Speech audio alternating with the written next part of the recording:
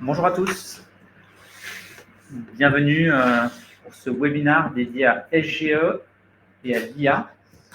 On va commencer dans quelques instants. Je vois qu'il y a de plus en plus de personnes qui se connectent, les gens commencent à arriver. On devrait pouvoir commencer à l'heure dans les 2 petites minutes, si tout va bien. On est 3 intervenants aujourd'hui. Olivier Job, qui est donc cofondateur de FoodJob, Rémi Blanchard et moi-même. Rémi qui est expert SEO et manager des équipes SEO chez nous, et donc moi qui suis directeur général de Fox Club. On va passer 45 minutes ensemble. L'idée, ça va être de pouvoir vous présenter un petit peu l'état de SGE, ce qu'on découvre, là où on en est, et surtout comment s'y préparer. N'hésitez pas, il y aura pas mal d'échanges à la fin de cette session de 45 minutes, donc n'hésitez pas à poser vos questions. Et puis on essaiera d'y répondre soit au fur et à mesure, soit à les regrouper à la fin en fonction des thématiques.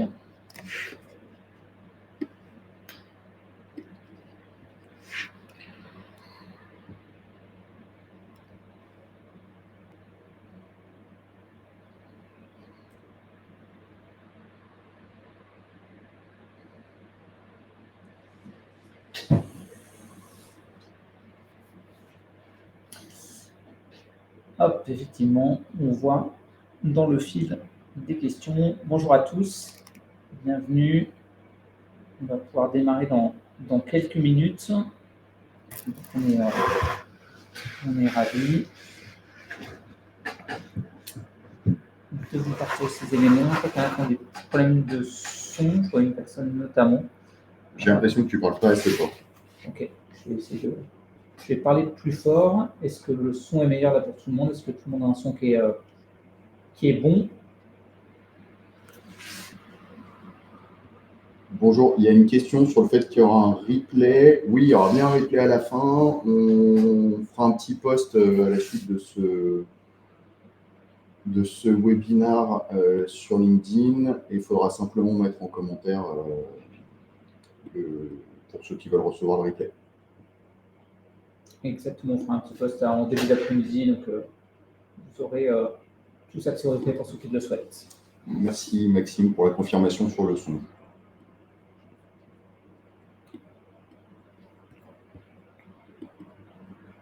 Hop, si ça vous va, on va juste passer encore une minute et puis démarrer pour ne pas prendre trop de retard.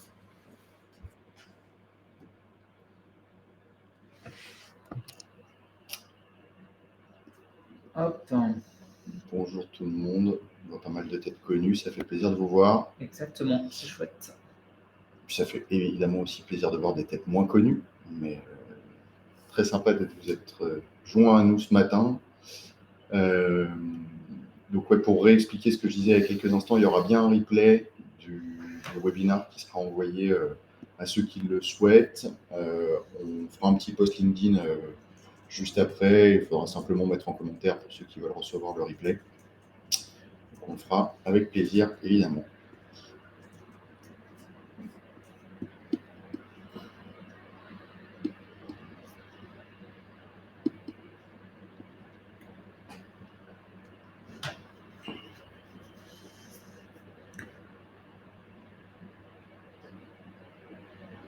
Ok, on va peut-être démarrer. Il est 11h32. Bienvenue à tout le monde, ravi de vous accueillir pour ce webinaire. L'idée, c'est d'échanger ensemble pendant 45 minutes sur l'IA, SGE, comment les choses évoluent et surtout comment s'y préparer. Je vais passer la parole à Rémi qui va présenter ces différents éléments. Et puis, n'hésitez pas à poser vos questions dans le fil. Et comme ça, on pourra les regrouper. Ouais. Juste avant qu'on laisse la parole à Rémi, pour ceux qui ne nous connaissent pas encore, il y en a un certain nombre qu'on voit dans le fil qu'on connaît déjà, mais pour ceux qui ne nous connaissent pas encore bien, donc, on est l'agence SEO qui s'appelle FoxGlove. On est une agence SEO qui ne fait que du SEO avec une équipe qui est constituée à 100% de consultants seniors. Ça, c'est vraiment un point important dans notre regard. On s'adresse à des sites qui vont être e-commerce, marketplace, médias, et puis des sites de lead generation qui peuvent être B2B ou B2C. Et donc, aujourd'hui, on est très, très heureux de vous partager le fruit de nos réflexions et de nos analyses sur Google SGE. On va entrer dans le détail immédiatement. Je vais laisser la parole à Rémi. Simplement préciser que, évidemment, ce webinaire, il s'adresse aujourd'hui à l'ensemble des typologies de sites avec lesquels on travaille, des sites e-commerce, médias, des sites de lead generation. On fera très probablement, vu l'audience qu'on a aujourd'hui, pour être très honnête, on ne s'attendait pas à avoir autant de participants aujourd'hui, donc c'est vraiment chouette. Et on a décidé du coup de faire aussi ultérieurement des contenus plus ciblés par thématique, e-commerce, médias et sites de lead generation. Néanmoins, aujourd'hui, tout le monde doit être, je l'espère, intéressé par ce qu'on va vous présenter, parce qu'on a essayé de répondre à un maximum de questions, mais ça reste sur un certain nombre d'aspects un peu généralistes. Donc, n'hésitez pas à poser toutes les questions que vous avez pendant le webinaire. On tâchera de répondre à un certain nombre de questions à la fin. Probablement pas tout, malheureusement, parce qu'on n'aura peut-être pas le temps, mais on essaiera de le faire au maximum. Et puis, de faire en sorte, s'il y a des questions plus spécifiques, on pourra évidemment s'en parler en one-to-one avec les uns et les autres s'ils le souhaitent. Voilà, j'ai fini pour la petite intro et je laisse la parole à Rémi. Bonjour à tous, bienvenue et merci pour l'audience. Je vois que tout le monde est venu voir ce webinaire sur SGE. En introduction, tout d'abord, on fait un petit tour, un petit panorama de la chronologie de comment on arrive à Google SGE qui arrive très bientôt. En fait, tout est allé très vite. Novembre 2022, ChatGPT, OpenAI est ouvert à tous. J'imagine que tout le monde a fait des tests et a parlé avec le chatbox d'OpenAI. Ensuite, très rapidement, comme OpenAI a été racheté par Microsoft, cette technologie, elle a été intégrée dans un moteur de recherche, le moteur de recherche de Microsoft, qui est Bing. Et dès février 2023, on a eu les résultats d'IA dans Bing via OpenAI ChatGPT. Tout de suite, Google a réagi et très rapidement, mai 2023, lors d'une conférence où il a révélé du coup sa version de Google moteur de recherche intégrant du coup l'IA pour ne pas prendre du retard et pour être en réaction à Bing, Microsoft, son rival. Juillet 2023, Bard, c'est le chatbot la sortie du chatbot de Google. Et très récemment, pour l'instant, c'était à l'état de quelques pays, notamment les États-Unis. Novembre 2023, très récemment, SGE est disponible, alors ça reste une version de test, dans 120 pays via cette langue. Évidemment, pour les personnes qui sont au courant, jusqu'alors, la France n'est pas encore un des pays où SGE est disponible. On a une bonne confiance sur le fait que SGE débarquera début 2024 assez rapidement, vu la vitesse de prise en main de Google sur ce sujet-là. Oui, on précise peut-être par rapport à cet aspect-là que Google n'a pas encore communiqué officiellement sur ce sujet de date de lancement en Europe. On suppose, mais ça reste une supposition, que c'est pour des questions juridiques en Europe. Et donc, on ne sait pas exactement à quelle vitesse ces questions vont être résolues s'il s'agit bien de questions juridiques. Néanmoins, il y a de très très grandes certitudes pour que ça finisse par arriver, et c'est pour ça que c'est évidemment hyper important de se préparer. Exactement, Olivier. Déjà, pour introduire le sujet, la Search Generative Experience, c'est quoi? C'est simplement la combinaison de l'IA avec les résultats de recherche Google. Ce qu'il faut savoir, c'est que SGE va générer des résultats de recherche en synthétisant les sources de données qu'il a dans son index. Quand je parle des sources, c'est tout type de sources, à la fois du contenu texte, mais aussi du contenu image, des vidéos, des infographies, tout ce qu'il va avoir dans son index, il va s'en servir pour le traiter et en faire une synthèse dans les résultats de recherche. SGE, c'est aussi, via notamment la partie conversationnelle, ce qu'on appelle les chatbots, c'est la possibilité de rentrer quelque part en conversation avec le moteur pour affiner sa demande. Et là, l'IA va pouvoir proposer et on va pouvoir interagir avec le moteur pour affiner sa réponse. Il faut bien évidemment comprendre que le but de Google, comme à chaque fois, c'est de répondre au mieux à l'utilisateur, la fameuse phrase de passer d'un moteur de recherche à un moteur de réponse. C'est finalement l'objectif d'utiliser cette technologie qu'est l'IA pour Google, pour une meilleure expérience.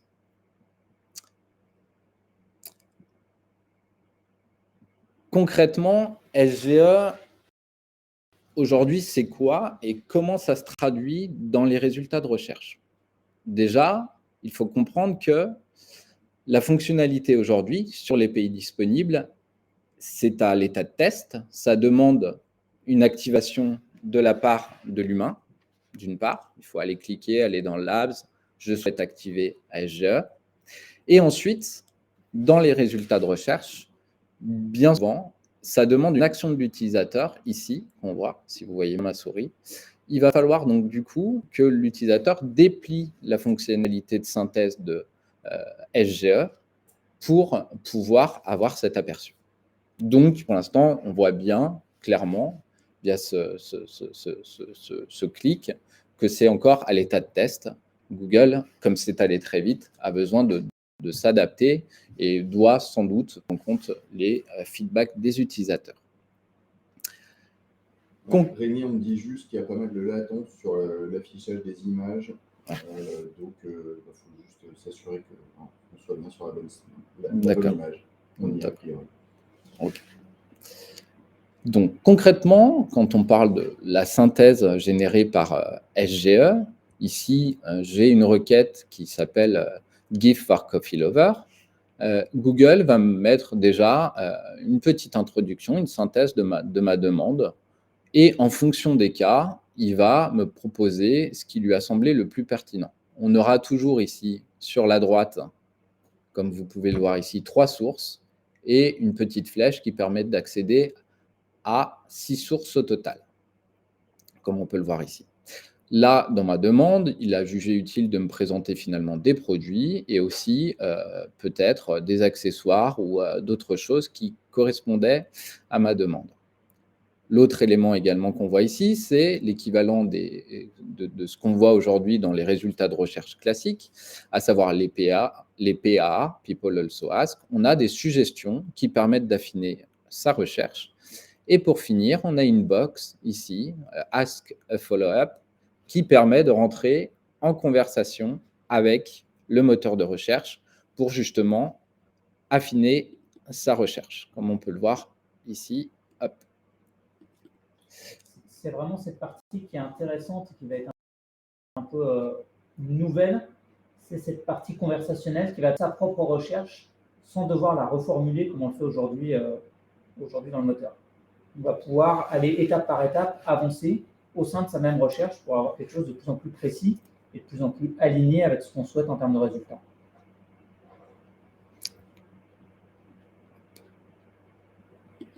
Ce qu'on peut voir ici, voilà, ça apparaît.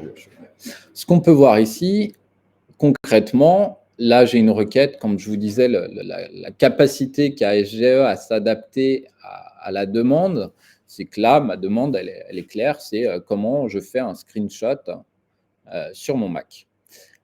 Il va me fournir finalement quelque chose de très cohérent par rapport à ma demande. D'une part, l'ensemble des commandes, des combinaisons de touches pour effectuer les différents screenshots, et finalement une image très parlante de ma demande. Et il a adapté, ce n'était pas uniquement du texte, c'est intelligent de me fournir une image, et il me montre. Là, à l'inverse, par moment, on voit que SGE n'est pas en mesure de générer une réponse. Ici, j'ai simplement, même si j'en ai pas mis aujourd'hui, et j'en mets pratiquement jamais, j'ai demandé comment faire un nœud de cravate. Et là, a priori, SGE n'est pas disponible. La question, et c'est l'hypothèse, c'est est-ce que finalement, les vidéos, les petites vidéos tuto ici suffisent, ou alors finalement, est-ce que son index n'est pas suffisamment fourni aujourd'hui pour pouvoir répondre à tout.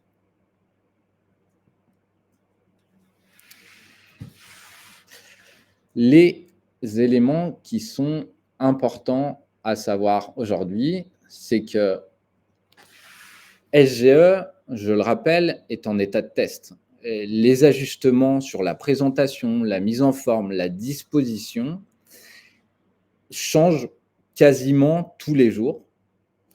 Et il faut être clairement en veille, et nous, on y est activement sur le sujet de SGE. Maintenant qu'on a vu cette brève introduction, les grandes lignes de ce qu'est SGE, on va rentrer clairement dans quelque chose d'assez opérationnel, enfin en tout cas d'assez très opérationnel dans le SEO, et regarder les changements, les impacts qu'ont SGE sur les différentes typologies de requêtes. On parlera d'abord des requêtes de marque, les requêtes informationnelles, les requêtes géolocalisées et enfin les requêtes commerciales et transactionnelles. Qui sont normalement celles qui nous intéressent évidemment en première priorité, puisque c'est celles qui vont permettre de générer du chiffre d'affaires si vous gérez des sites commerciaux. Tout à fait. Alors, on commence par les requêtes de marque. Et là, on a deux écrans. À gauche, la version classique que l'on connaît tous. Et à droite, la version avec SGE d'activer, déplier. Déjà, il y a des différences qui sautent aux yeux. C'est que juste là, on voit le site link de notre client à l'international qui vend des vins avec un placement haut de gamme millésima. Qui, du coup, a son site link classique. Et ici, à droite, on voit des choses totalement différentes. On a aussi ici la présence d'une Google Business Profile parce que Millésima a aussi une boutique quand on est géolocalisé à New York. On va rentrer dans le détail de l'aperçu de ce qu'on voit sur SGE. On a déjà un résumé ici de finalement assez très informel très formel sur ce qu'est Millésima, un marchand de vin et de spiritueux, avec aussi ici les différents services que propose. Et on a aussi après des informations qui sont probablement ici, les informations, on voit le petit bouton qui est juste ici, sont tirées probablement de la fiche produit et on voit la source. Et plus bas, les informations, d'après nos tests, sont plutôt tirées de la Google Business Profile parce qu'il s'avère que dans le cas qu'on a pris, Millésima avait une boutique là où on était géolocalisé. Sur la droite, on va avoir les trois liens, comme je l'ai montré en introduction, où on a des liens, pas que du marchand Millésima, mais aussi d'autres sources d'autorité, a priori, qui vont parler de Millésima. Là, ce qui est déjà assez intéressant, on va le voir après, c'est qu'on a quand même quelque chose de différent dans le sens où avant, dans la SERP actuelle, on n'avait que du Millésima et que la possibilité d'aller chez Millésima, en tout cas en première intention. On a aussi des infos de contact ici et le PA plus la possibilité de rentrer en conversation avec le moteur. Quand on voit cette image, évidemment, la première chose qu'on a en tête, c'est qu'il va y avoir probablement une perte de CTR, de clic, sur la requête de marque. Le fait étant que j'ai finalement trois sources qui sont autant mises en avant que la seule source qui a été mise en avant dans les résultats actuels de recherche classique. Ces résultats-là, bien évidemment, par défaut, là, il faut savoir que sur SGE, par défaut, les résultats de marque ne sont pas du tout dépliés. C'est-à-dire qu'on ne voit même pas un extrait, tout est regroupé. Donc, est-ce que Google l'activera ou pas nativement sur ces requêtes-là? Mais en tout cas, des tests que l'on a menés, toutes les requêtes de marque ne sont pas du tout dépliées.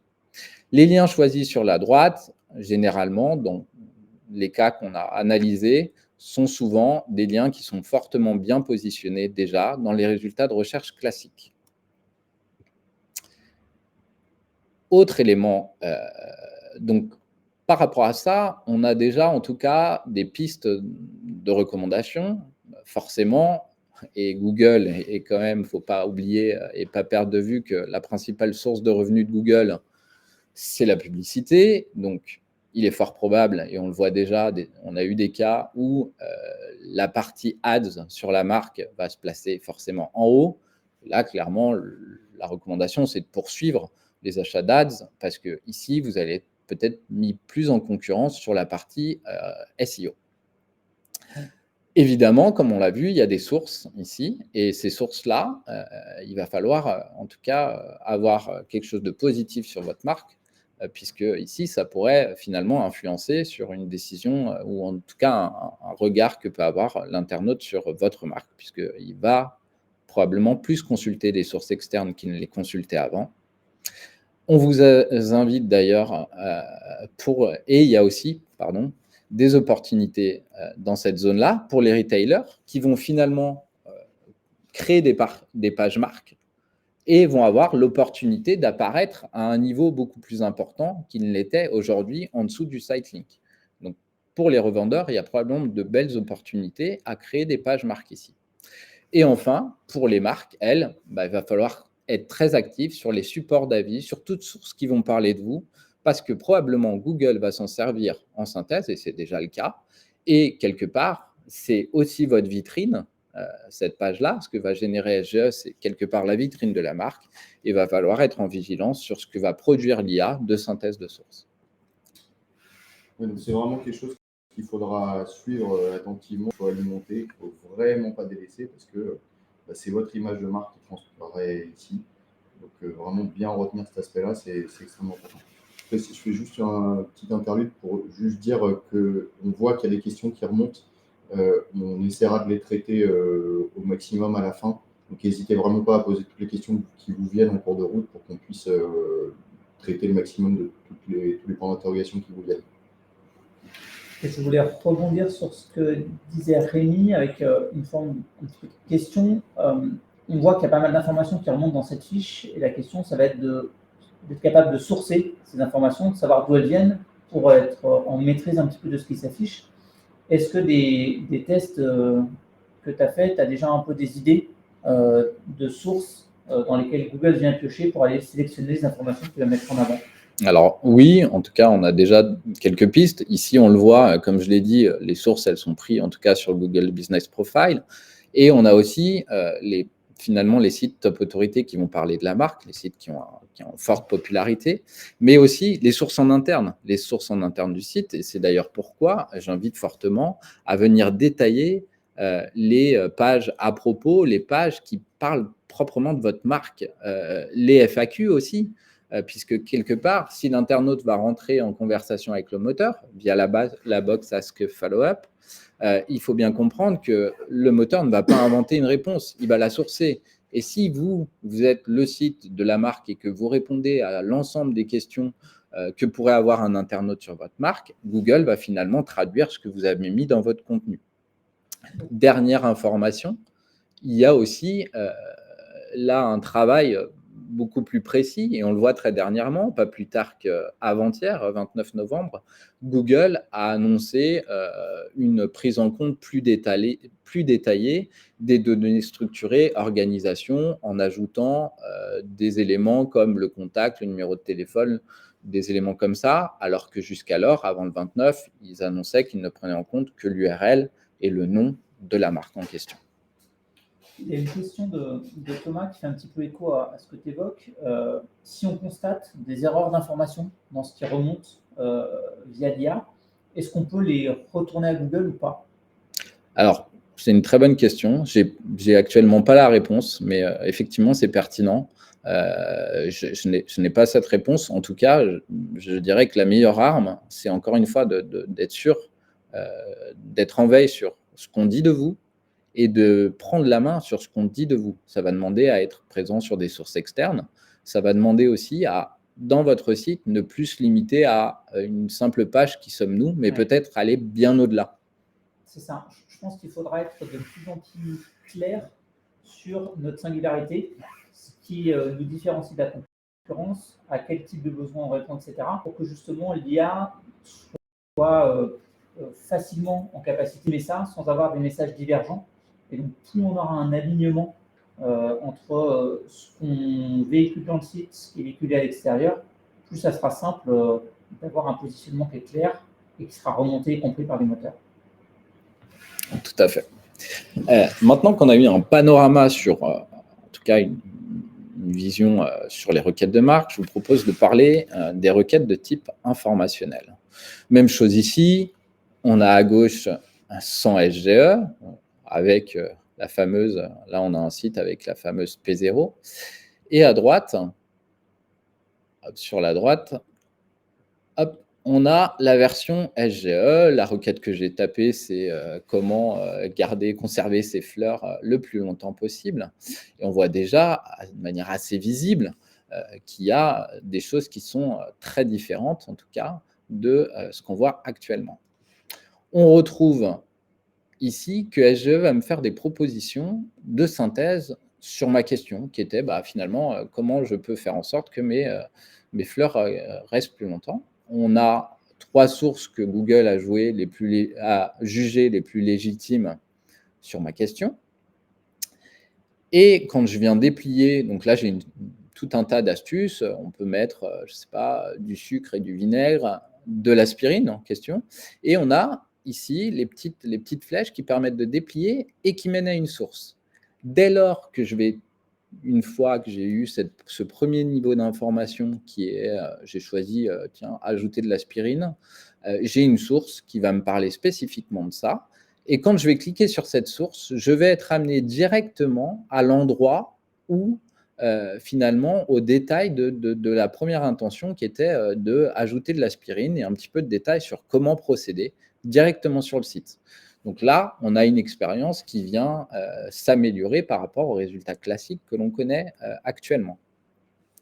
Google a aussi jugé utile de me fournir une petite image avec 5 petites astuces pour conserver ces fleurs plus longtemps. Et on a aussi dans ce type de recherche la fameuse box pour entrer en conversation avec le moteur.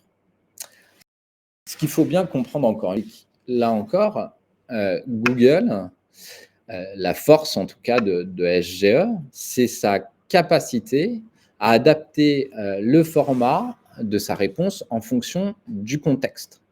Comme on peut le voir ici, on passe évidemment d'un format dit résultat classique, même si ce n'est plus véritablement le cas. Il y avait déjà des requêtes où il y a beaucoup d'images, mais on passe de 10 résultats classiques à finalement quelque chose une synthèse un peu pré-mâchée. Là, on était obligé de jouer avec les différentes sources. Cette synthèse pré-mâchée, comme vous l'aurez compris, elle atteint souvent 1 ou 2 sources dans le cadre du dépliage, et Google va forcément, nécessairement choisir le site le plus pertinent, le plus pointu sur la demande que va poser l'internaute. D'où l'importance de fameux EAT, expérience, autorité, trust et expertise. Et là, clairement, les sources qui vont être choisies vont être les sources les plus légitimes sur les questions de type informationnel et toutes les contenus de type informationnel, les requêtes de type informationnel. Et la clé, elle est là, elle est sur le EAT. Il y avait une question de Virginie qui est intéressante, c'est est-ce que les contenus qui vont être pris en compte par l'IA sont ceux qui sont forcément le mieux référencés, ou est-ce que c'est un sujet de pertinence par rapport à la question qu'on pose? Comment SGE va venir s'appuyer ou non sur le référencement des contenus aujourd'hui? Clairement, en tout cas, ce qu'il y a de sûr, c'est que Google, en cherchant à apporter la meilleure réponse, va chercher à déterminer quel est le meilleur contenu. Le meilleur contenu, généralement, c'est celui qui fournit la meilleure réponse, celui qui va le faire le plus écho, celui qui va être recommandé. Et là-dessus, les basiques du SEO vont perdurer, on le verra plus tard. Mais quelque part, le choix de Google va se faire sur la singularité aussi du contenu. La clé, quelque part, c'est en quoi je suis le meilleur sur cette intention-là, sur cette réponse-là. même si Google va se fournir sur des choses, va en tout cas synthétiser des premiers éléments de réponse, on le voit quand même que dans le détail, il y a quelque chose qui fait la force d'un contenu, enfin d'un média ou d'une source informationnelle, c'est sa capacité. Google fait quelque chose de… Ça n'a pas d'âme, cette synthèse, elle n'a pas de ton, elle est neutre. C'est juste quelque chose de, voilà, très, très enfin, très, très simple finalement. Il n'y a pas le petit côté en plus qu'on peut avoir à travers un contenu, à travers une marque. Et c'est là la clé. Ce que tu veux dire, c'est que du coup, la clé, c'est vraiment de faire des contenus qui se différencient par la singularité de la marque, la singularité du message de la marque. Il faut que ça transpire dans le contenu en lui-même, il faut que ça transpire dans le site en lui-même. C'est une question de contenu ou c'est une question de site? C'est une question de site parce qu'on ne va pas s'arrêter simplement à la page. C'est la globalité qui va… Google, la notion de AT, elle n'est pas focalisée uniquement sur une page, elle est focalisée au global. Un site, si on prend le domaine, je ne sais pas, de la science, ce qui va faire que le site a un fort EAT, si tant est qu'on peut mettre une note là-dessus, c'est le fait que y a un tampon d'un consortium de médecins reconnus, etc., qui vont valider et qui font partie du contenu. J'ai pris un cas d'extrême, mais il va falloir se projeter de la même manière pour des choses simples. Okay. Voilà sur la partie informationnelle. Maintenant qu'on a vu la partie informationnelle, je vous propose de faire un focus cette fois-ci sur la partie géolocalisée, donc toutes les requêtes où on va avoir une notion de lieu. J'ai pris un exemple ici qui est un exemple que je connais bien. J'ai tapé opticien. L'idée étant… Excuse-moi, mon ami, on a un petit peu d'inertie sur le partage du slide. J'en profite pour répondre à une remarque de Julien qui évoquait le fait que l'interaction avec l'utilisateur va affiner les recherches et que si aujourd'hui la recherche n'est pas satisfaisante, on sera dans un processus d'apprentissage itératif. C'est effectivement le cas. Aujourd'hui, Google est vraiment en test. On est sur quelque chose qui est lancé depuis peu, qui est en train d'être appris. Et donc, la manière avec laquelle l'utilisateur va interagir va forcément faire évoluer le type de résultats qui sont proposés pour mieux satisfaire l'intention qui est derrière. Là, donc je pense que la latence est passée, on est enfin sur les requêtes géolocalisées. Là, on voit ici un cas donc, qui est, j'ai tapé opticien, donc à gauche toujours, même principe, je suis sur, j'ai tapé opticien dans le résultat sans SGE. J'ai alors une définition de ce qu'est un opticien à droite ici et des top sources. J'ai surtout la fameuse local map, le pack local, qui vient me donner ici quelque part les magasins proches de là où je me situe. À droite, version SGE activée, on a quelque part la définition des opticiens et finalement une représentation du local pack un peu différente, mais fondamentalement, on n'a pas de changement net. On retrouve les trois sources ici que Google a jugé utiles et la map qu'on retrouve ici à droite. Mais sur cette typologie de requête, quand j'ai tapé opticien, je n'ai pas de changement fondamental en dehors du mode ici conversationnel qu'on peut voir en tout cas en bas.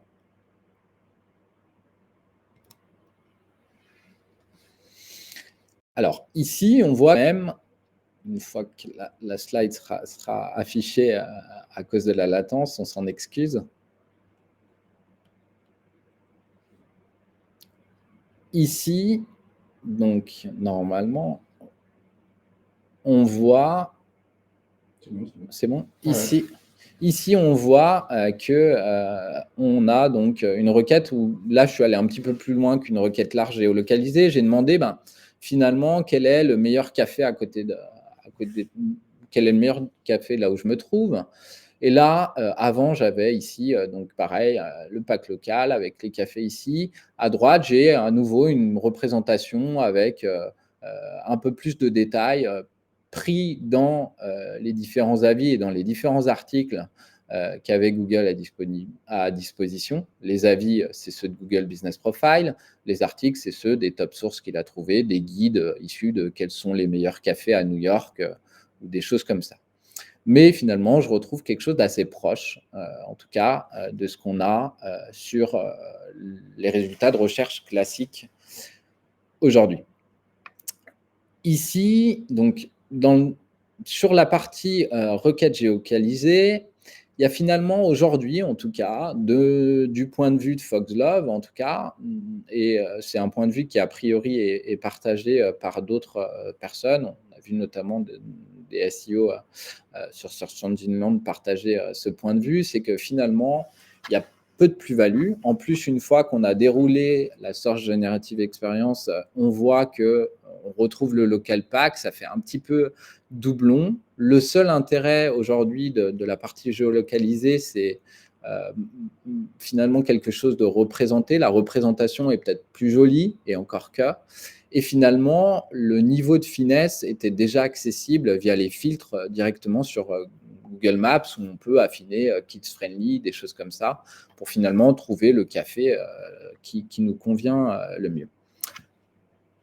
Il faut quand même noter, là où il y a probablement des choses qui vont sortir, c'est que Google intègre de l'IA via Maps dans les itinéraires avec des choses un peu plus immersives et aussi dans Google Lens. Donc pour l'instant, je pense qu'il va y avoir de grosses évolutions sur cette partie-là et qu'aujourd'hui, on n'est vraiment pas encore très avancé. En tout cas, Google n'est pas encore très avancé sur cette partie-là puisqu'elle ressemble quand même énormément à ce qu'on voit dans les résultats de recherche. Voilà pour les requêtes géolocalisées. Et on va finir, en tout cas sur la partie requêtes, sur les requêtes commerciales et transactionnelles. Là, dans le cas présent, comme à chaque fois, je vous ai mis donc la version requête où j'ai tapé à acheter un Trek Emonda qui est un modèle de vélo, en mettant précisément le modèle et la référence dans le moteur de recherche. À droite, la version avec SGE, donc on voit déjà, ça saute aux yeux que la présentation n'est pas la même. Quand on regarde dans le détail, on voit qu'on a toujours ce résumé proposé par l'IA, par SGE.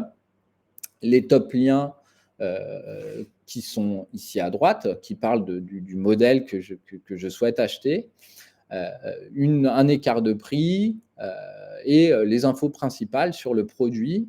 Néanmoins, ce qui est assez étonnant, c'est que dans une requête qui est purement transactionnelle, là, a priori une intention forte d'acheter ce vélo, je ne sais pas où je vais trouver l'argent au vu du prix, mais passons. C'est là, sur cette typologie de requête, l'avis de Foxglove, on trouve que l'incitation à l'achat, le passage à l'achat, il est moins puissant qu'il ne l'est aujourd'hui dans les résultats de recherche classiques. Alors après, quand on scrolle un peu en bas, ici, là, on tombe directement sur la partie shopping où on peut acheter le vélo en question. On a aussi la map qu'on retrouve dans les résultats de recherche classique. Par contre, là, ici, la box a aussi un intérêt pour avoir plus de détails. Et finalement, une fois qu'on va arriver à avoir tout un tas de détails, peut-être que l'intention d'achat sera encore plus forte qu'elle ne l'était en amont. Là, on a fait le même travail sur des requêtes commerciales un peu plus larges. L'intention d'achat commence à être présente dans du commercial. Et j'ai tapé, finalement, je veux quel est le meilleur vélo pour grimper, le meilleur vélo de route pour grimper. À gauche, donc, comme à chaque fois, résultat de recherche classique. Et à droite, comme on peut le voir ici, la version SGE activée. Et là, pareil, encore une fois, on voit que les changements sont assez flagrants, surtout sur cette requête-là, où on voit, et on va le voir dans le détail ici, des choses qui changent. On a effectivement un petit résumé SGE avec derrière des sources, les fameux 3 liens qui vont m'aider à avoir des articles sur quels sont les meilleurs vélos de route pour grimper. Et là, tout de suite, on a quelque chose qui s'apparente finalement, et c'est souvent ce qui est repris, à une page de catégorie, listing, avec le nombre d'avis sur le vélo en question, un bref descriptif, un résumé du vélo qui est présenté ici. Et, grosse nouveauté, c'est qu'on a des petits tags ici qui viennent se glisser, typiquement avec Good for Climbing. Si j'avais demandé un vélo commun, j'aurais eu peut-être Good for Commuter, Good for Aérodynamique, des choses comme ça. Des suggestions qui vont me permettre aussi d'orienter finalement. On a aussi la box en bas des PAA et le champ pour entrer en conversation avec le moteur. On le voit bien ici, Google tente finalement d'améliorer son expérience tout en assistant du coup, et ça se transforme par d'assister finalement le consommateur, l'internaute, dans son choix et de tourner dans l'achat de manière très certaine, une expérience qui est nouvelle via les tags produits.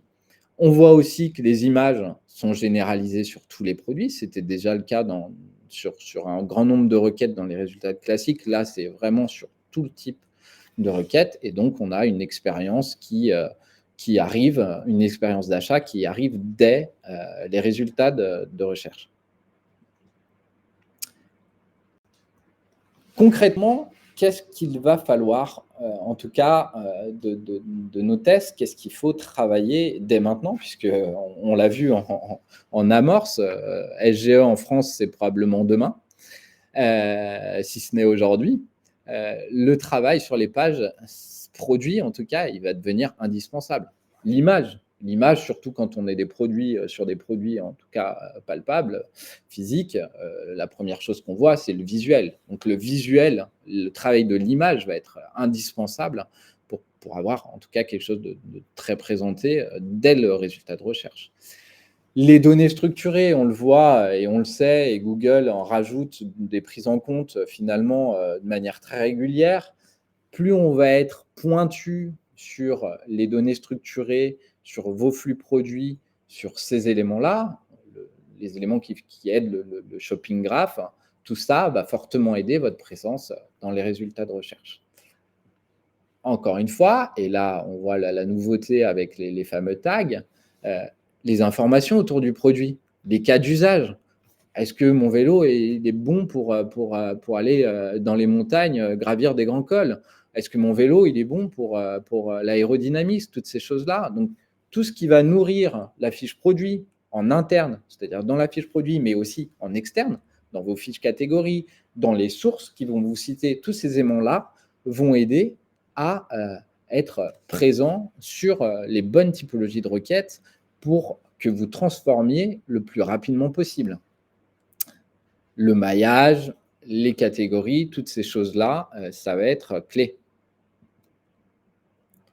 La contextualisation, donc comme je le disais, contextualiser son produit, qualifier le produit, tout ce qui peut finalement permettre de répondre à toutes les questions qu'aurait un acheteur finalement qui va se projeter sur l'achat d'un vélo. Dans le cas du vélo que j'ai pris, c'est est-ce qu'il est bien pour grimper, est-ce qu'il est léger, est-ce qu'il est aérodynamique, est-ce que c'est le plus léger des vélos? Toutes ces questions-là, on doit pouvoir y répondre pour que Google s'en serve, vous donne la réponse et que vous transformiez l'achat le plus tôt possible. Voilà pour la présentation des différentes grandes typologies de requêtes, des transformations que l'on aperçoit sur Google SGE et aussi de premières pistes de recommandations qu'on vous propose pour d'ores et déjà commencer à travailler et à se préparer pour demain. Maintenant, on va aborder la question qui est finalement en quoi ça va changer, modifier la partie trafic SEO de mon site. Alors, ce qu'il faut savoir, pour l'instant... On va commencer, pour être précis, par une mauvaise nouvelle. Soyons clairs, il n'y a pas que ça. Ne vous enfuyez pas en cours immédiatement, il y a des bonnes nouvelles derrière. Effectivement. Bon, les premiers chiffres font peur, 18 à 64%. C'est une perte de trafic estimée qui est issue pour l'instant, la seule étude qu'on a trouvée, c'est une étude de Search Engine Land qui s'est focalisée sur une vingtaine de sites dans le secteur, une vingtaine de sites informationnels dans le secteur de l'informatique. Ils ont fait plusieurs scénarios de disposition de pages, etc. Ils ont estimé sur ce petit échantillon que la perte serait aux alentours de 18 à 64%. Ce qu'il faut bien comprendre, c'est que finalement, dans la démarche de l'internaute, il va taper sa requête. Google va lui proposer du coup la version SGE, la synthèse de la réponse qu'il a estimée la plus juste, d'une part. Donc, l'internaute, s'il est satisfait, va s'en arrêter là. OK, j'ai eu ce que je voulais et j'ai fini mon parcours d'achat. Deuxième cas de situation, OK, j'ai eu la synthèse, où il n'irait pas cliquer sur une serve. J'ai eu la synthèse, je rentre en conversation et finalement, en étant rentré en conversation avec le moteur, j'ai eu ce que je voulais. Voilà finalement les deux cas où l'internaute ne va cliquer sur aucun résultat. Et c'est là que ça devient intéressant, c'est de surtout s'intéresser au cas où l'internaute va cliquer et justement dans quelle démarche. Il aura finalement épuré fortement sa demande. Et du coup, un internaute qui ne sera pas satisfait, en tout cas par les synthèses de SGE et par le mode conversationnel, va finir par cliquer sur la source la plus légitime, et il faudra que ce soit la vôtre. Donc, et cette source-là, ce trafic-là, il sera beaucoup plus qualifié.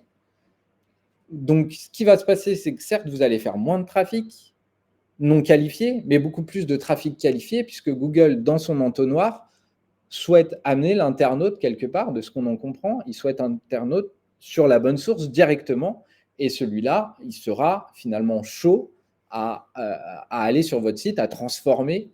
Il ne faut pas oublier aussi, c'est que si on prend la partie SGE, en tout cas la partie proposée par Google, si on fait partie du top 3 sources, on n'est plus en concurrence avec 10 résultats comme on le voit classiquement, mais finalement, avec 3 sources recommandées, donc moins de concurrence si on est dans le top 3, ce qui risque de renforcer finalement cette partie-là.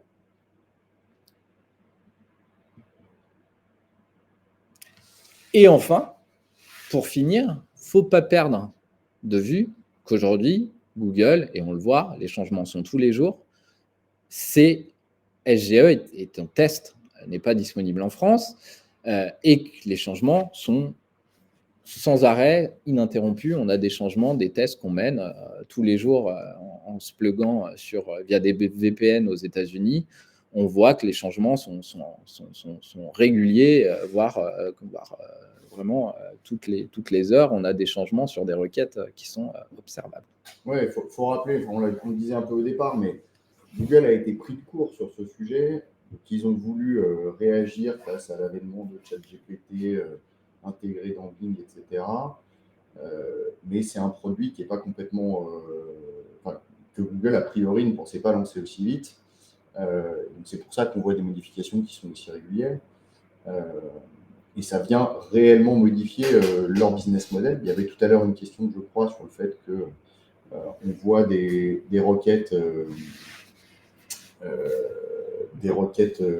qui affichent des résultats Google Ads ou pas. Effectivement, dans un certain nombre de cas, on voit moins de Google Ads. Or, Google Ads est quand même un des gros canaux de revenus de Google. Donc, évidemment, c'est un vrai dilemme chez eux. Et c'est pour ça qu'ils testent vraiment ce sujet-là au quotidien pour essayer de trouver le meilleur compromis pour garder leurs utilisateurs, parce que c'est ça le but de Google, et évidemment vendre un maximum de pubs, parce que c'est ça qui les fait vivre.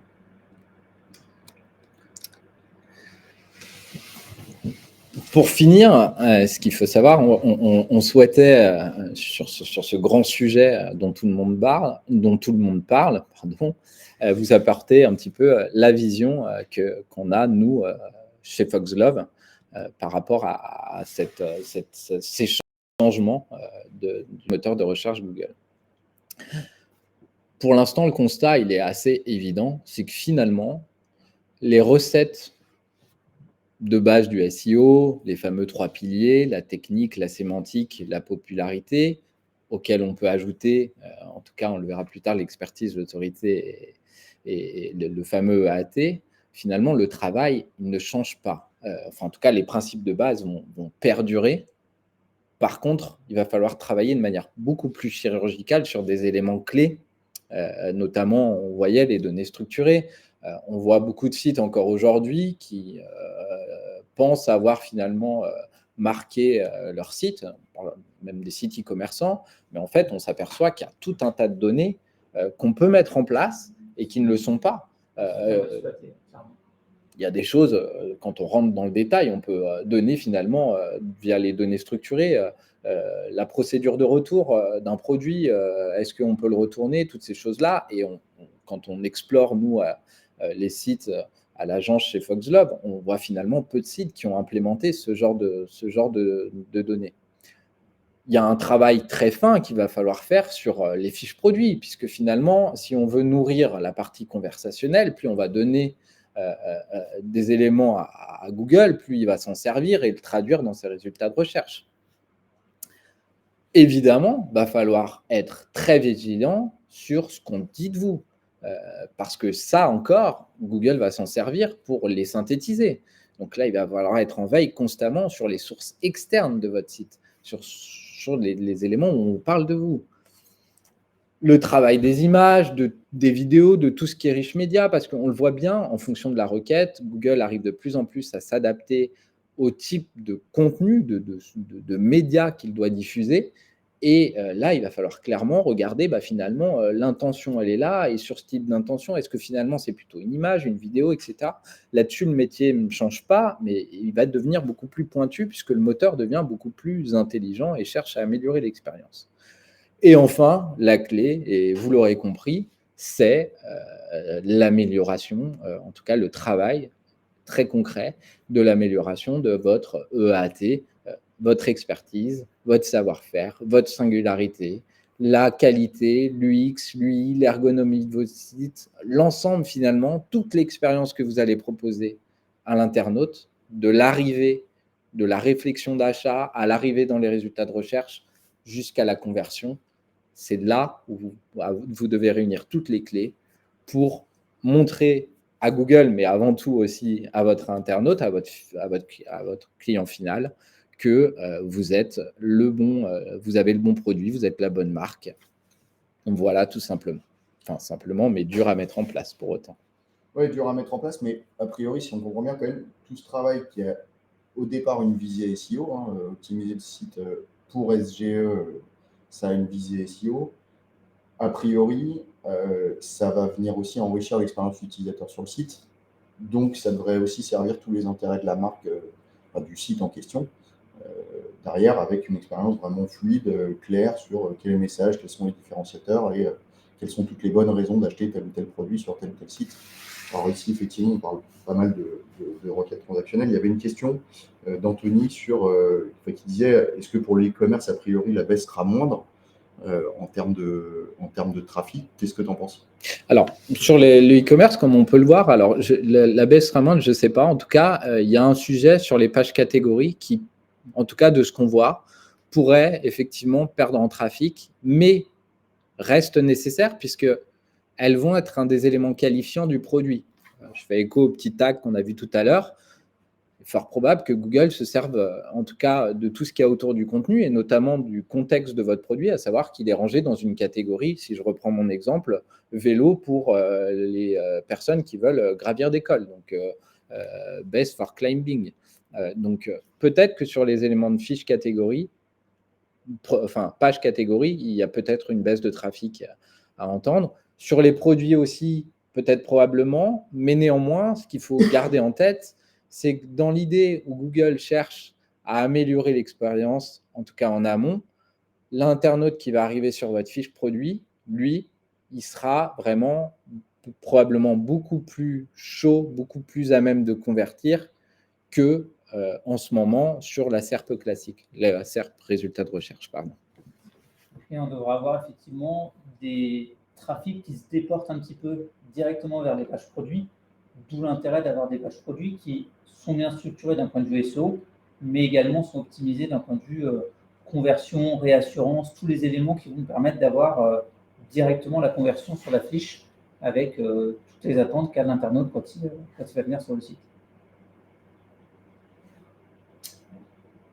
Alors, on a fait un peu le tour. On va simplement en quelques mots rappeler qui on est. Le temps peut-être que vous puissiez également compléter les questions que vous avez, qu'on n'aurait pas pu. On va essayer d'en traiter un maximum à la fin.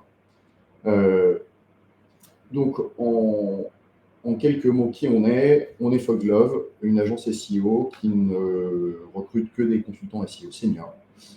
On n'adresse que le métier du SEO, pas une agence multi-sujet, comme il peut y en avoir un certain nombre. Et d'ailleurs, on a quelques-uns de nos confrères qui nous font l'honneur de s'être joints à nous aujourd'hui.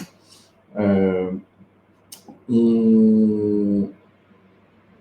je veux pas qu'il passe les slides. Tu veux passer Ta slide après, pardon. Ouais. Voilà. En quelques mots, notre boulot, c'est de prendre en charge la stratégie SEO de nos clients, soit avec des SEO en interne, on a un certain nombre de clients qui ont déjà des responsables SEO, soit avec la direction marketing ou la direction générale, quand il s'appelle direction SEO en interne chez les clients.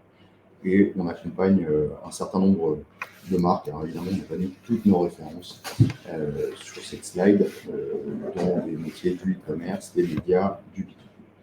Voilà pour ces quelques infos nous concernant, et puis on va essayer peut-être de traiter quelques questions. Merci à tous pour vos retours. De retour dans le chat, merci beaucoup. Il y avait quelques questions, notamment sur le déploiement de SGE en Europe. Aujourd'hui, SGE n'est pas déployé en Europe et pas forcément de connexion avec RGPD, mais on sait que le déploiement se fera sans doute assez vite. Et donc, on devrait dans les mois à venir avoir l'intérêt de voir et d'utiliser SGE chez nous et de pouvoir alimenter les réflexions et les plans SEO. Est-ce qu'il y avait d'autres éléments? Est-ce qu'il y avait d'autres questions? J'ai pas les questions. S'il y en a, je peux y répondre. Alors, il y avait effectivement une question.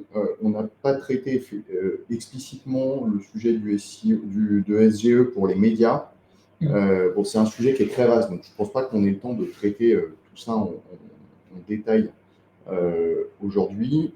Est-ce qu'on a une synthèse à présenter là sur ce sujet, ou est-ce que c'est trop court en 2 minutes pour aborder le sujet? Le sujet des médias, c'est probablement le sujet le plus complexe sur lequel il y a en tout cas plus de divergences sur l'avenir. On a déjà un petit état des lieux de ce qu'on a aujourd'hui. Il y a, pour faire écho en fait à la conclusion sur la partie médias, et peut-être qu'on y reviendra plus profondément lors d'une prochaine séance spécifiquement sur ce sujet-là, les médias, il y a vraiment 2 écoles. Il y a l'école des personnes qui pensent que finalement les médias vont être probablement les plus atteints sur cette requête-là, puisque finalement la synthèse de l'information peut être faite par Google, et d'autres personnes qui pensent à l'inverse, que c'est finalement ce secteur-là qui va finalement tirer le plus d'avantages de trafic SEO sur la partie d'actualité, parce que finalement, eux, ils n'ont pas, enfin les médias ont, en fonction de ce qu'on achète, souvent une prise de parti, il y a un édito, il y a un comité éditorial, il y a une âme, et Google n'en a pas. Il faut bien garder ça en tête, et c'est là-dessus que les médias risquent de tirer leur épingle du jeu en faisant adhérer finalement l'internaute à quelque chose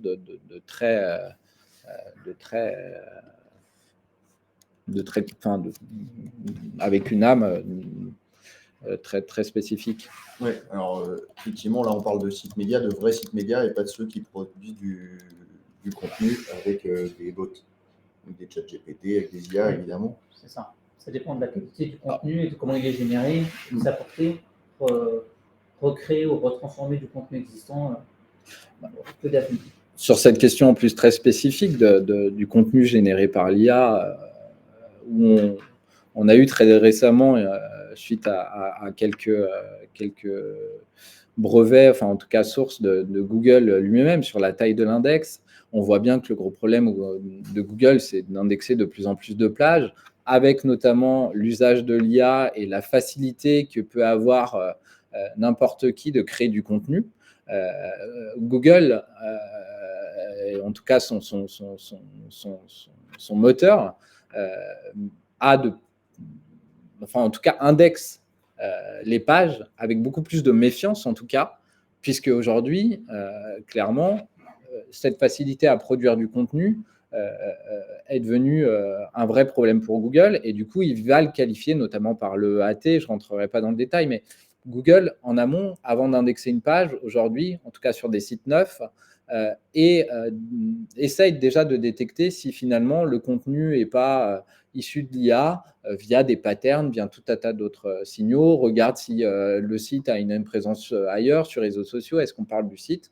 D'ailleurs, si vous créez un site neuf et que vous publiez du contenu via IA sans avoir plus travaillé ça, vous verrez qu'il y a peu de chances d'être indexé, ou en tout cas, vous allez avoir 2-3 pages indexées. D'où l'importance encore de l'EAT. On a peut-être le temps de traiter une ou deux dernières questions. Je te laisse peut-être les checker, Rémi, en 2 secondes. Le temps file. Ouais. Hop. Les questions, Sébastien. Je voyais une question sur les comparateurs. Très bonne question sur les comparateurs.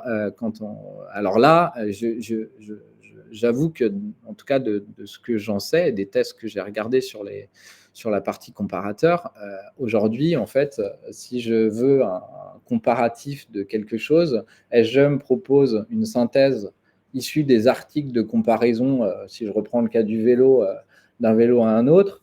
Je n'ai pas regardé spécifiquement où étaient positionnés les comparateurs, mais en tout cas, Google se transforme de plus en plus, en tout cas sur le cadre commercial, en un comparateur. Il est fort probable que ça soit un vrai problème pour les sites de comparaison, en tout cas, puisque quelque part, le moteur devient un peu un comparateur. On le voit à travers les pages de listing. C'est une hypothèse qui n'engage que moi. Mais il est fort probable aussi qu'on est dans un contexte, en tout cas ici, européen, où on l'a déjà vu par le passé, notamment via les sites de petites annonces, où quand vous tapez une requête, Google a été dans l'obligation de prévoir un petit bandeau avec les sites légitimes. Quand vous cherchez, par exemple, quad d'occasion, vous allez avoir qu'il va y avoir un paru vendu, un Le Bon Coin affiché là-dessus. Donc, en tout cas, là, en première instance, effectivement, s'il n'y a pas, en tout cas, d'intervention de l'Europe là-dessus, il est fort probable que le site de comparaison soit fortement touché sur les requêtes, mais il est fort probable aussi que la Commission européenne mette son œil là-dessus. Alors, il y a des gens qui nous disent qu'ils ont raté les infos dans quelques slides. Juste pour rappel, on transmettra cette vidéo et le contenu qu'on a présenté ici à tous ceux qui le souhaitent. Il faudra juste penser à venir commenter le post qu'on fera très rapidement là, sur LinkedIn, simplement pour nous dire si vous souhaitez recevoir les slides ou pas. Et puis, évidemment, on le fera avec plaisir. Donc, on partagera le replay.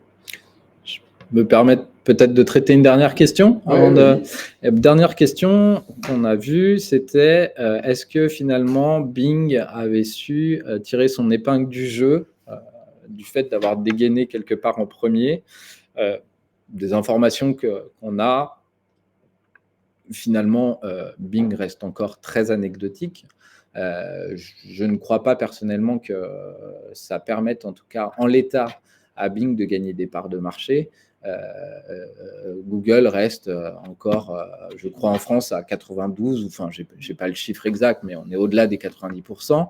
Et pour l'instant, en tout cas, Bing, ça n'a pas permis à Bing d'émerger. Bien évidemment, et pour finir et pour conclure, il faut bien comprendre que l'IA va probablement être bien au-delà du moteur de recherche, puisque l'idée, c'est de créer, en tout cas chez Google et même chez Microsoft. Il ne faut pas oublier que Microsoft fait Windows, fait une suite Office, Google aussi. Tout ça va être imbriqué à un moment, de plus en plus. Et quelque part, c'est parmi ces acteurs-là lequel proposera la meilleure expérience, la meilleure imbrication. Et quand j'entends, et il ne faut pas penser effectivement que téléphone, ordi, pensez bien au-delà, les assistants vocaux, toutes ces choses-là, tout ce qui va permettre de rendre finalement plus agréable la recherche ou le fait de poser une question. Voilà. Oui, effectivement, il y avait dans le même thème, et je suis d'accord avec ce que Mathieu vient de répondre, la question était est-ce qu'on a une idée de la part des internautes qui ont activé SGE? A priori, elle semble assez faible. Il faut le faire volontairement. Déjà, il faut savoir qu'on peut le faire, il faut l'activer, et encore une fois, le produit n'est pas complètement fini. Donc, il n'est pas du tout certain que ce sujet prenne une ampleur énorme très vite. Il est très probable que ça prendra de l'ampleur quand même, mais il n'y a pas encore de certitude là-dessus. C'est important de se préparer parce que c'est un mouvement important qui va arriver à un moment donné. Dans quelle proportion, on ne sait pas. Et quoi qu'il arrive, ce qu'il faut retenir de tout ça, c'est que tout le travail qui aura été fait pour, entre guillemets, plaire à SGE, rétro-ingénierie à SGE, va, quoi qu'il arrive, bénéficier au SEO s'il reste ce qu'il est aujourd'hui, et à l'expérience utilisateur, et donc, in fine, à vos intérêts, à vous, en tant que site e-commerçant, en tant que site qui vise à certains types de conversion. Donc, c'est un enjeu, c'est un challenge. Le SEO, ça évolue tout le temps de toute façon, et ça fait 20 ans que c'est comme ça. Donc, c'est un nouveau virage important qu'il faut se préparer à prendre, qu'il faut se préparer sérieusement à prendre. Et même si ça n'a pas l'ampleur qu'on peut imaginer, parce qu'encore une fois, il y a de l'inconnu là-dessus, le travail qui aura été fait là-dessus sera loin d'être perdu. Voilà, je vois qu'il est 12h35, on avait prévu de terminer à 12h15, donc c'est chouette de voir qu'il y a beaucoup de gens qui sont restés plus loin et plus longtemps que prévu. Merci à tous, je pense qu'on va couper. Et pour Merci à ceux tous. qui auraient envie qu'on en parle en direct, avec plus de détails, avec plus de précision sur vos sites, etc., n'hésitez pas à nous contacter, que vous soyez déjà client, évidemment, ou que vous ne soyez pas encore. Dans tous les cas, ça sera avec plaisir. À très bientôt, et merci Rémi et Seb pour cette présentation. Merci à tous. Merci à tous, très bonne journée, et puis ravi d'avoir pu partager ces éléments avec vous.